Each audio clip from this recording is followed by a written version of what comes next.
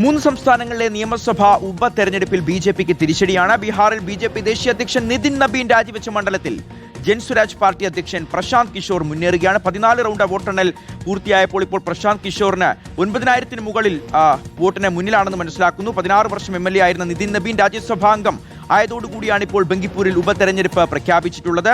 ആദിൽ പാലോടി വാർത്തയുടെ വിവരങ്ങൾ നൽകും. ആദിലപ്പോൾ CJPയുടെ പ്രതിഷേധത്തിന് പിന്നാലെ നടക്കുന്ന ഉപതെരഞ്ഞെടുപ്പുകളിൽ BJP വിയർക്കുകയാണോ? പ്രശാന്ത് കിഷോറൊക്കെ ജയത്തിലേക്കാണോ മുന്നേറുന്നത്?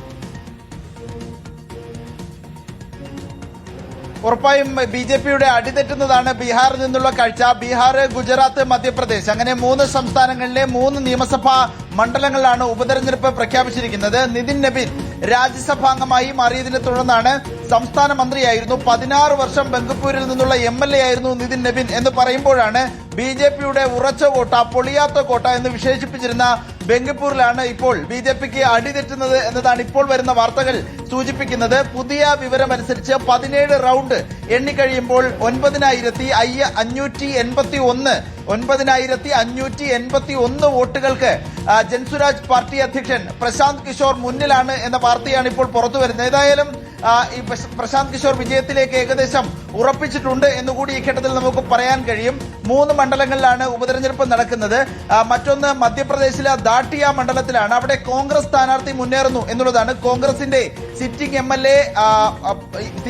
എ മരിച്ചതിനെ തുടർന്നാണ് അവിടെ തെരഞ്ഞെടുപ്പ് പ്രഖ്യാപിച്ചിരുന്നത്. അവിടെ ഇപ്പോൾ കോൺഗ്രസിന്റെ മറ്റൊരു സ്ഥാനാർത്ഥി ഇപ്പോൾ നടക്കുന്ന ഉപതെരഞ്ഞെടുപ്പിൽ മുന്നേറുന്നുണ്ട്. മറ്റൊന്ന് ഗുജറാത്തിലെ BJPയുടെ സിറ്റിംഗ് മണ്ഡലമായിരുന്ന മഞ്ചൽപൂരിലാണ്. അവിടെ ഇപ്പോൾ BJP സ്ഥാനാർത്ഥി ഏകദേശം വിജയം ഉറപ്പിച്ചു കഴിഞ്ഞിരിക്കുന്നു എന്ന് പറയാം.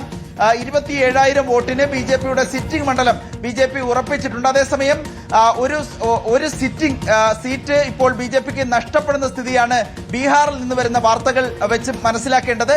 31 റൗണ്ടാണ് ആകേണ്ടത്. അതിൽ 31-ൽ 17 റൗണ്ട് എണ്ണിക്കഴിഞ്ഞപ്പോഴാണ് 10,000-നടുത്ത് ലീഡിലേക്ക് പ്രശാന്ത് കിഷോർ എത്തിയത്.